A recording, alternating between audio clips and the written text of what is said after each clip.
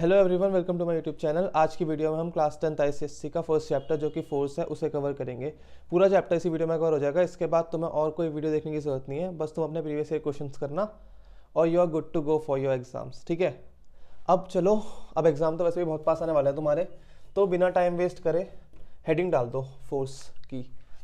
अब भाई फोर्स तो तुम्हें पता ही होगा कि क्या होता है, नहीं पता तो मैं बता देता हूँ। फोर्स इज अ पुश और pull that changes state of body. ठीक है, फोर्स क्या है? किसी को हम धक्का मार दें, पुश कर दें या खींच लें, ठीक है, जिससे उसकी बॉडी की स्टेट चेंज हो जाए। ठीक है, तो फोर्स इज अ पुश और पुल दैट चेंजेस स्टेट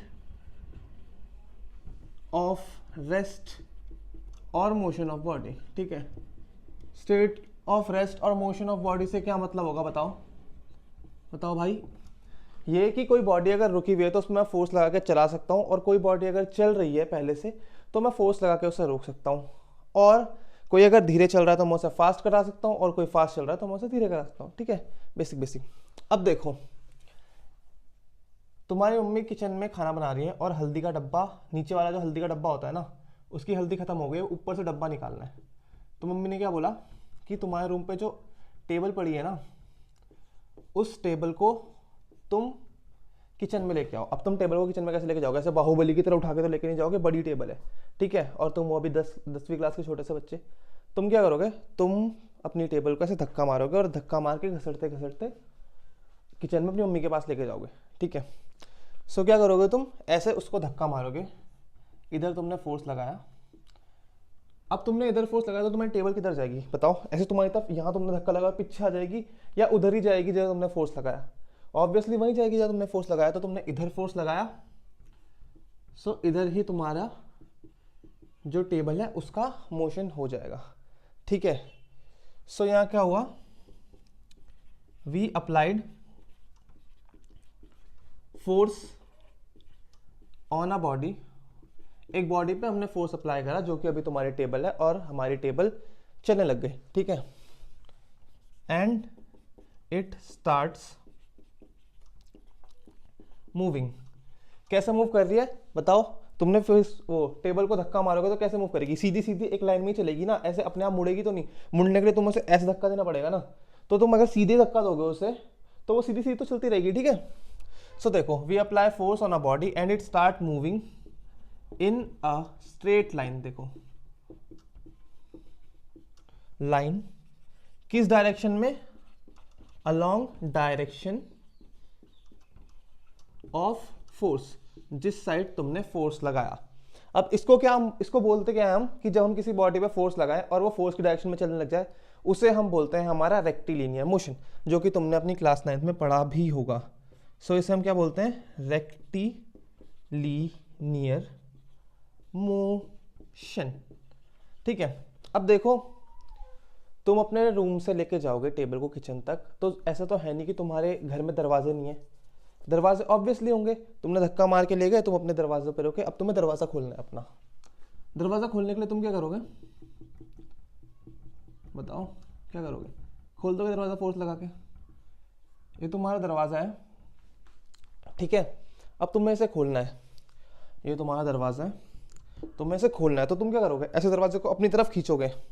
ठीक है, हमने दरवाजे को, ये तुमने इस दरवाजे को अपनी तरफ खींचा। ठीक है, इधर तुमने फोर्स लगाया।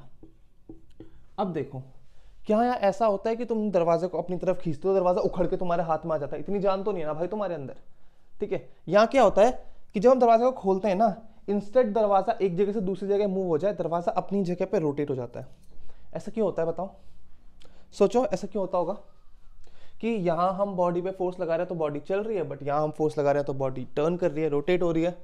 ऐसा इसलिए होता है यार, क्योंकि जो ये है ना, ये हमारी फिक्स बॉडी होती है। देखो, दरवाजे के साइड में देखो अपने जाके, ऐसे ऐसे ना पत्तियां लगी होगी लोहे की, और उनमें ना 3-4 स्क्रू लगा रखे होंगे। वो क्या करते हैं? वो इस दरवाजे को ना रोक के रखते हैं कि कहीं दरवाजा हमारा भाग के कोई चुरा के ना ले जा ले, है ना। सो वो क्या करते हैं? वो दरवाजे का मोशन रिस्ट्रिक्ट कर देते हैं। अब मैं इस दरवाजे में कैसे भी फोर्स लगा लूं, दरवाजा सिर्फ घूम ही सकता है, या तो खुल सकता है तो बंद हो सकता है, और कहीं नहीं जा सकता, क्योंकि इन कब्जों ने उसे रोका हुआ है। ठीक है, सो इस केस में क्या हुआ? In this case we applied force on a body, but it starts rotating. ठीक है, ये रोटेट होना स्टार्ट करके, ये चल ही नहीं. ठीक है, इसको क्या बोलते हैं हम? दिस इज कॉल्ड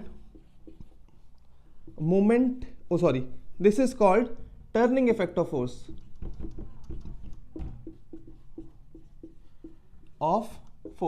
ठीक है, जब भी हम किसी बॉडी में फोर्स लगाएं और वो टर्न हो जाए, घूम जाए, तो हम बोलेंगे टर्निंग इफेक्ट ऑफ फोर्स हो रहा है. ठीक है, और अगर हम किसी बॉडी पे फोर्स लगाएं और वो चलने लग जाए, ठीक है, मतलब along the direction of force, तो हम क्या बोलेंगे कि हमारा रेक्टिलिनियर मोशन हो रहा है. अब बताओ यार, रेक्टिलिनियर मोशन क्यों हुआ और यहाँ हमारा टर्निंग इफेक्ट ऑफ फोर्स क्यों हुआ? भाई बताओ. देखो, यहाँ ना इस बॉडी को रोकने वाला कोई नहीं है. ठीक है, ये बॉडी पाइवेटेड नहीं है. पाइवेट मतलब जैसे यहाँ पे देखो, यहाँ पे कब्जे लगा रखे हैं ना, तो ये बॉडी इस पॉइंट के अबाउट पाइवेटेड है. अब पाइवेट से होता क्या है कि तुम्हारी बॉडी का मोशन ना रिस्ट्रिक्ट हो जाता है, वो सिर्फ तुम्हें घूमना अलाउ करेगी. ठीक है, सो देखो इस केस में क्या है, हमारी बॉडी फ्री है. क्या है? फ्री. सो हमारी फ्री बॉडी पे जब भी हम फोर्स लगाएंगे, सो वो हमारे फोर्स की डायरेक्शन में मूव होने लग जाएगी. ठीक है, बट ये देखो, ये क्या है, हमारी पाइवेटेड बॉडी. जब हम किसी पाइवेटेड बॉडी में फोर्स लगाते हैं, तो instead of moving in a straight line, it turns about the pivot, और उसी को हम बोलते हैं टर्निंग इफेक्ट ऑफ फोर्स.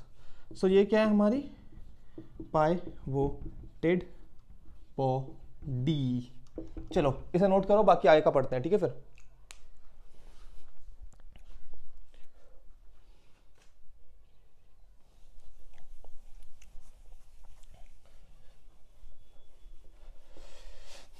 अब देखो यार, तुम जब अपना टेबल लेके जा रहे हो, तो तुम जितना तेज फोर्स लगाओगे, तुम्हारी टेबल उतनी तेज आगे जाएगी. जितना लगाओगे उतनी तेज वो आगे जाएगी. और तुम कहीं पे भी लगाओ, जैसे ये टेबल है ना, मैं चाहे ऊपर फोर्स लगाऊं चाहे नीचे फोर्स लगाऊं, मेरी टेबल आगे जाएगी ही जाएगी. ठीक है, और वो उतनी स्पीड से जाएगी जितनी स्पीड से ऊपर से फोर्स लगाने में जा रही थी. ठीक है भाई. सो इसमें क्या हो रहा है, हेयर मोशन कितना तेज या कितना धीरे होगा, वो किस पे डिपेंड कर रहा है? हमारे फोर्स में. Depends on force only. ठीक है, सिर्फ फोर्स पे डिपेंड कर रहा है, ये डिपेंड नहीं कर रहा कि मैं कहाँ लगाऊं. मैं कहीं पे भी फोर्स लगा दूं, लेकिन वो बॉडी के अंदर होना चाहिए, तो ये मेरा जो डब्बा है ना, या मेरी जो टेबल है, वो चल जाएगी.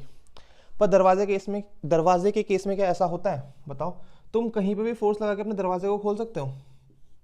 ये तुम्हारा दरवाजा है. अब जरा जाके ट्राई करो, जहां पे तुम्हारे कब्जे लगे हुए ना, जहां पे तुम्हारे ये हिंजेस हैं,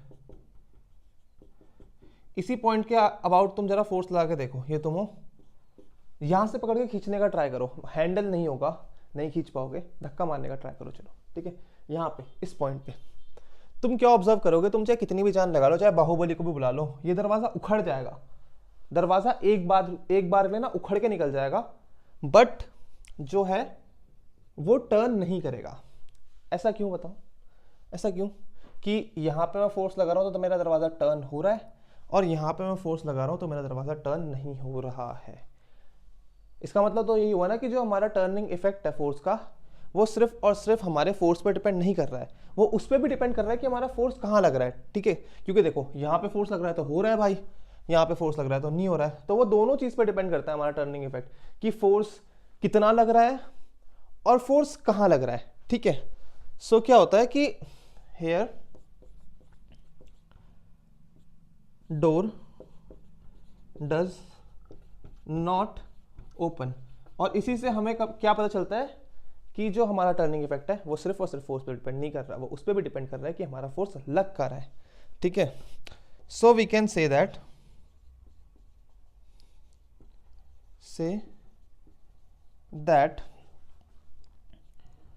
turning effect depends on both how much force is apply, कितना फोर्स लगा रहे हो. ठीक है, how much force is applied, how much force is applied, and where it is applied, is applied. ठीक है, सो हमारा टर्निंग इफेक्ट किस पे डिपेंड कर रहा है कि हम कितना फोर्स लगा रहे हैं और हम कहाँ पे फोर्स लगा रहे हैं। अब देखो इन दोनों क्वांटिटीज के कॉम्बिनेशन को हम क्या बोलते हैं, मोमेंट ऑफ फोर्स यानी या फिर टॉर्क। ठीक है, मोमेंट ऑफ फोर्स उसका नॉर्मल नाम है, और बाकी जैसे तुम्हारे निकनेम्स वगैरह होते हैं, जो तुम्हारी बंदी बंदी बोलती होगी तुम्हें बाबू सोना, है ना, वैसे ही उसको मोमेंट ऑफ फोर्स को हम शॉर्ट फॉर्म में क्या बोलते हैं, टॉर्क। ठीक है, सो हमारा जो टर्निंग इफेक्ट है वो डिपेंड कर रहा है कितना फोर्स लगा रहे हैं और कहाँ फोर्स लगा रहे हैं, और इन दोनों के कॉम्बिनेशन को हम क्या बोलते हैं, मोमेंट ऑफ फोर्स या टॉर्क। ठीक है, and combination of these two is called, देखो मोमेंट ऑफ फोर्स लिखने की जगह नहीं है इसलिए मैं सिर्फ यहाँ पे टॉर्क लिख रहा हूँ। ठीक है, इज कॉल्ड टॉर्क। ठीक है, अब इतना तुम नोट करो, इसके आगे मैं तुम्हें बताता हूँ कि टॉर्क को डिफाइन कैसे करते हैं, टॉर्क होता क्या है, कौन सी क्वांटिटी है, वेक्टर है, स्केलर है, ऐसा यूनिट वगैरह वगैरह, वो सब हम टॉर्क के बारे में पढ़ेंगे। ठीक है, सो इसे नोट कर लो। सो देखो हमें ये तो पता है कि हमारा टर्निंग इफेक्ट टॉर्क या मोमेंट ऑफ फोर्स पे डिपेंड करता है, बट वो होता कैसे, निकालते कैसे, कैलकुलेट कैसे करते हैं, वो देख लेते हैं। ठीक है, सो टर्निंग इफेक्ट हमारी,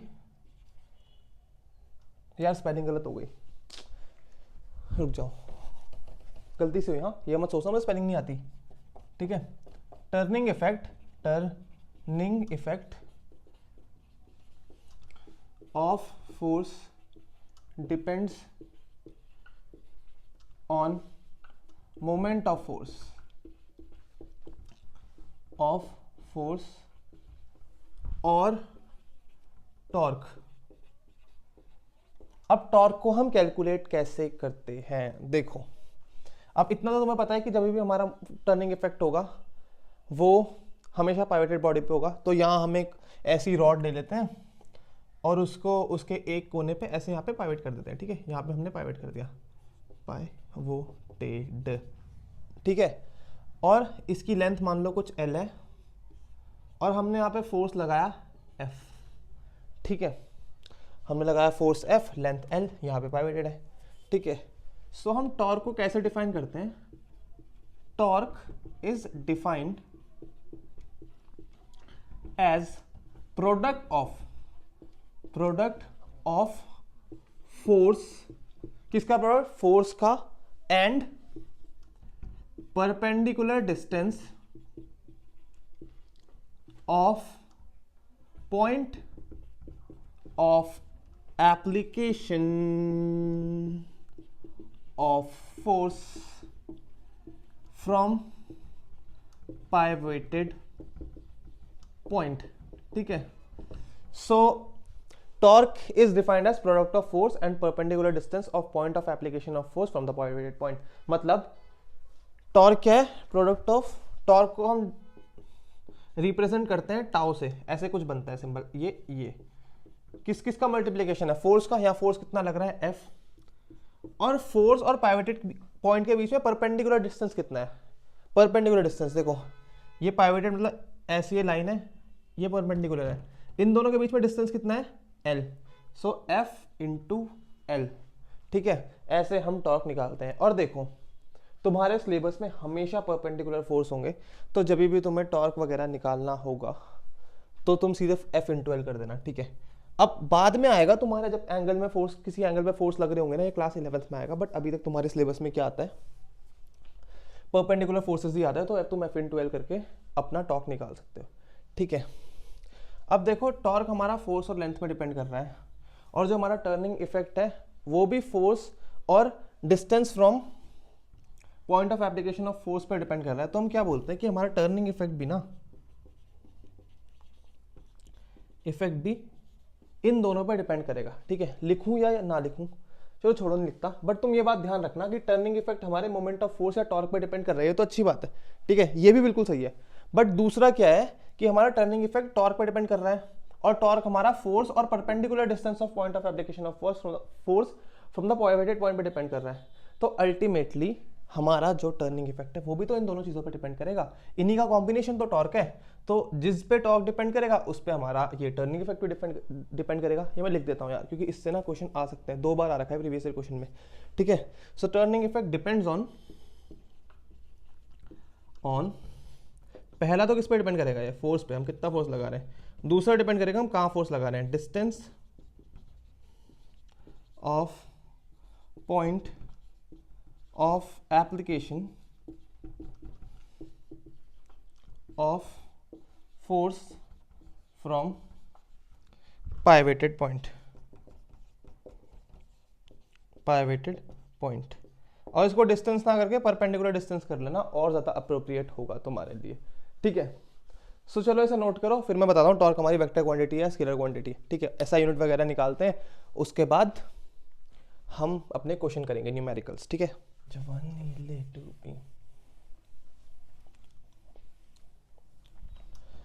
सो देखो, जो हमारा टॉर्क होता है ना, या मोमेंट ऑफ फोर्स, टॉर्क ये हमारी वेक्टर क्वांटिटी होता है।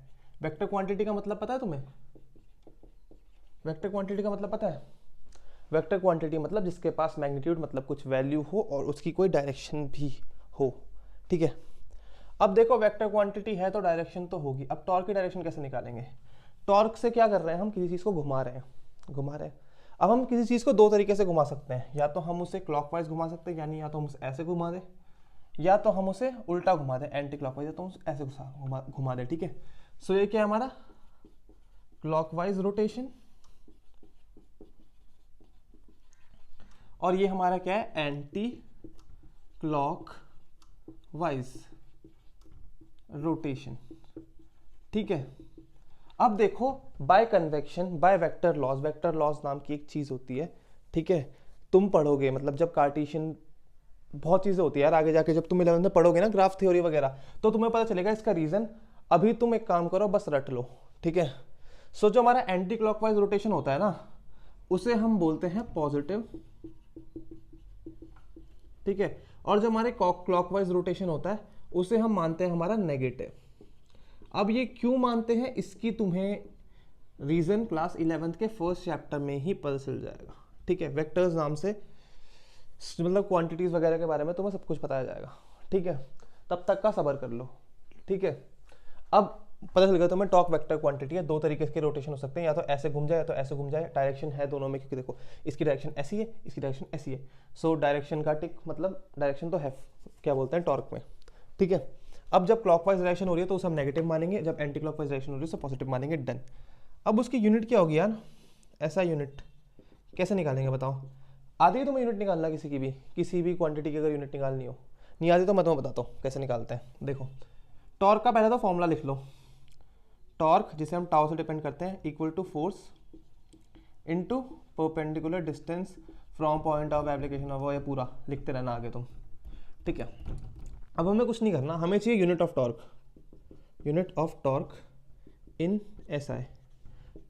बस वही सिंपल फॉर्मूला छेप देंगे, फोर्स की एसआई यूनिट, बीच में प्लस माइनस मल्टीप्लाई जो भी होगा, और आगे परपेंडिकुलर डिस्टेंस की यूनिट। अब देखो फोर्स की एसआई यूनिट क्या होती है, इतना पता होगा तुम्हें, न्यूटन, ठीक है। मल्टीप्लाइड बाय डिस्टेंस की एसआई यूनिट क्या होती है, मीटर।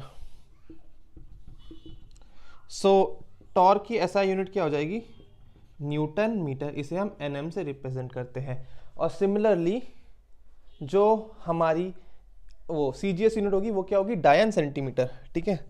सीजीएस क्या होगी हमारी, डायन सेंटीमीटर, जो तुम्हें कभी कभी तो अपनी बंदी लगती होगी, ठीक है।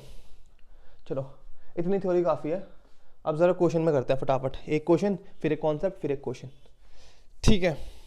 चलो भाई, QUESTION क्वेश्चन नंबर 1, ठीक है।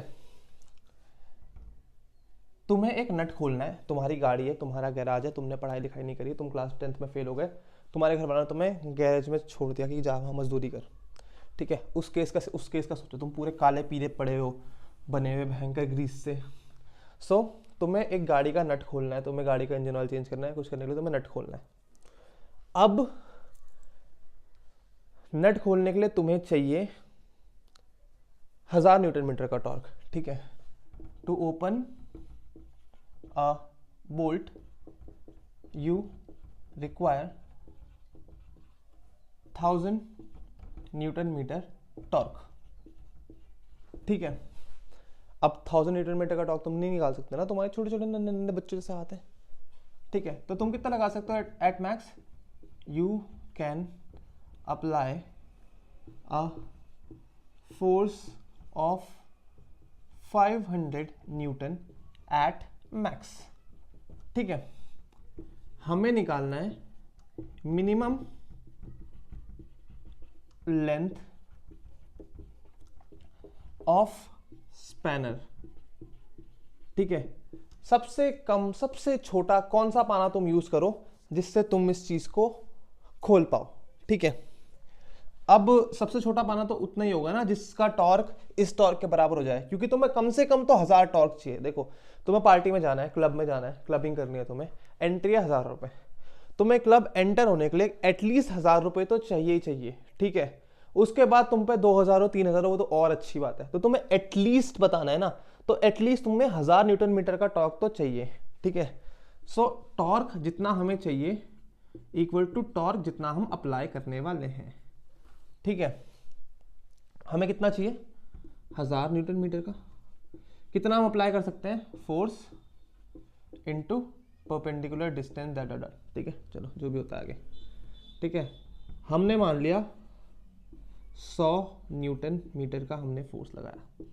अब देखो यहाँ पे मैं force into perpendicular distance of point of application of force में पता है क्या मान रहा हूँ कि तुम जो फोर्स लगा रहे हो ना वो तुम बिल्कुल पाने के एज में लगा रहे हो। जैसे ये तुम्हारा नट है, ये तुम्हारा पाना है,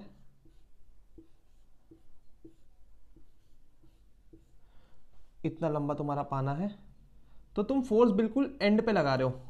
तो ये तुम्हारा सेंटर पॉइंट हो गया जो तुम्हारा पाइवेटेड पॉइंट है जिसको तुम्हें खोलना है, और तुम फोर्स बिल्कुल एज में लगा रहे हो। तो जितना इस पाने की लेंथ होगी ना यही तुम्हारा डिस्टेंस होगा जिस पे तुम फोर्स लगा रहे हो। ठीक है, distance of force from point of application of force, sorry distance of point of application of force from pivoted point, उतना ही होगा जितना लंबा तुम्हारा पाना होगा। ठीक है भाई, ओके चलो अब इसे हटा देते हैं थोड़ी देर के लिए। सो 1000 न्यूटन किसके बराबर होना चाहिए? फोर्स कितना लगा सकते हो तुम्हें कितनी जाने? 500 न्यूटन की, बहुत ताकतवर हो भाई तुम। इनटू डिस्टेंस पता नहीं, कुछ मान लो L, length of spanner L मान लिया। अब न्यूटन से Newton cancel, L equal to 1000 upon 500 इधर आएगा नीचे आ जाएगा 500 मीटर। 0 से 0, 0 से 0, 5 2 10, क्या आ गया? 2 मीटर। तुम्हें बहन का इतना लंबा एक हाथ अरे 2 हाथ वहां से लेके यहाँ तक का पाना चाहिए होगा तुम्हें वो खोलने के लिए, नट खोलने के लिए। इसलिए पढ़ाई लिखाई कर लो ताकि तुम्हें इतने लंबे लंबे औजार यूज ना करना पड़े। ठीक है, सो ऐसे सिंपल सिंपल क्वेश्चन तुम्हारे आ सकते हैं 2-3 नंबर में। ठीक है, अब मैं इसे इरेज कर रहा हूँ और मैं तुम्हें बता रहा हूँ कि मैक्सिमम और मिनिमम फोर्स कब होता है हमारा। ठीक है, फोर्स नहीं सॉरी टॉर्क।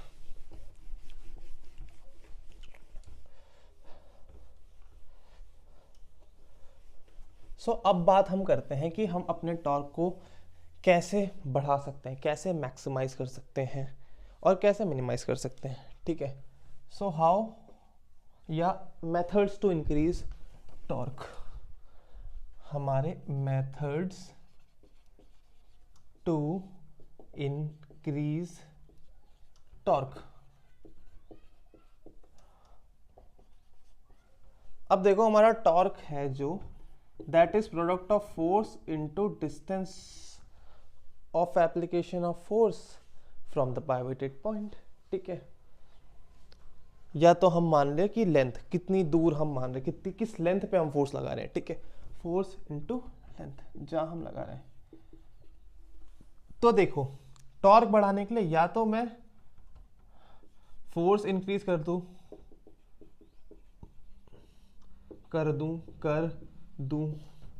या तो मैं लेंथ इंक्रीज कर दूं, मैं लंबा कर दूंगा किसी डंडे को, तो उससे मैं ज्यादा टॉर्क लगा पाऊंगा, क्योंकि जो टॉर्क है वो हमारे फोर्स पे और लेंथ दोनों पे डिपेंड कर रहा है। लेंथ बढ़ेगी तो भी टॉर्क बढ़ेगा, फोर्स बढ़ेगा तो भी टॉर्क बढ़ेगा। बट फोर्स की तो यार हम पे लिमिट होती है ना, हम इंसान है भाई, हम राक्षस थोड़ने की कितना भी लगा देंगे, है ना। सो फोर्स की हम पे लिमिटेशन है। लेंथ को हम छेड़खानी कर सकते हैं, हम लंबा कर सकते हैं, लेंथ को जितना चाहे हम उसे लंबा कर सकते हैं। ठीक है, so for maximum torque increase करना है या मैक्सिमम टॉर्क के लिए मैक्सिमम टॉर्क के लिए जैसे ये है तुम्हारा कोई वो डंडा और यहाँ पे पाइवेटेड है, मैक्सिमम टॉर्क के लिए तुम क्या करोगे, ये जो पाइवेटेड पॉइंट है ना इससे सबसे दूर फोर्स लगा दो, डिस्टेंस तुम्हारा मैक्स हो गया, इससे ज़्यादा दूर तुम जा ही नहीं सकते। क्यों? क्योंकि तुम्हारा वही औजार ही खत्म हो गया भाई, डंडे से बाहर जाके तो फोर्स किस पे लगाओगे, हवा में थोड़ा फोर्स लगाओगे, है ना। सो क्या होता है जब हमें टॉर्क मैक्सिमाइज करना होता है हम क्या करते हैं, किसी भी जो हमारा डंडा है या जो हमारा टूल है उसके एकदम एंड पॉइंट पे फोर्स लगाते हैं, ठीक है। तभी भी नहीं हो पा रहा हमसे, तभी भी हमें कम लग रहा है, तो हम क्या करते हैं, हम डंडा ही लंबा कर देते हैं, ठीक है, डंडा ही बढ़ा लो, है ना, फिर टॉर्क और बढ़ जाएगा, लेंथ डी मैक्स और बढ़ गया। सो हमारा डंडा मतलब डंडा बढ़ा के हमारा टॉर्क भी बढ़ गया, ठीक है। सो इंक्रीज टॉर्क इंक्रीज करने के लिए या तो फोर्स इंक्रीज कर दूं या लेंथ बढ़ा दूं, लेंथ बढ़ा दूं। और अगर कोई मेरे पे फिक्स लेंथ है जैसे कि हमारा दरवाज़ा या कुछ भी हो, तो उसमें मैं क्या करूं कि मैक्सिमम टॉर्क के लिए मैं फोर्स सबसे दूर लगा दूं, ठीक है, जिस पॉइंट पे पाइवेटेड है उससे सबसे दूर फोर्स लगा लूं। जैसे दरवाजे के केस में क्या होता है, दरवाज़ा है, तुम कहाँ से खोलते हो दरवाजे को भाई, सबसे दूर इस पॉइंट पे हमारा हैंडल लगा रहता है, तुम यहाँ से धक्का देके खोलते हो। सो यहाँ पे क्या होता है, डिस्टेंस बहुत ज़्यादा होता है, इससे हमारा टॉर्क भी बढ़ जाता है और तुम आसानी से दरवाज़ा खोलते हो, ठीक है। सो मैक्सिमम टॉर्क के लिए जब हमारा दरवाज़ा या हमारा कोई भी ऑब्जेक्ट फिक्स्ड है, हम क्या करेंगे, apply force at maximum distance from pivoted point, ठीक है।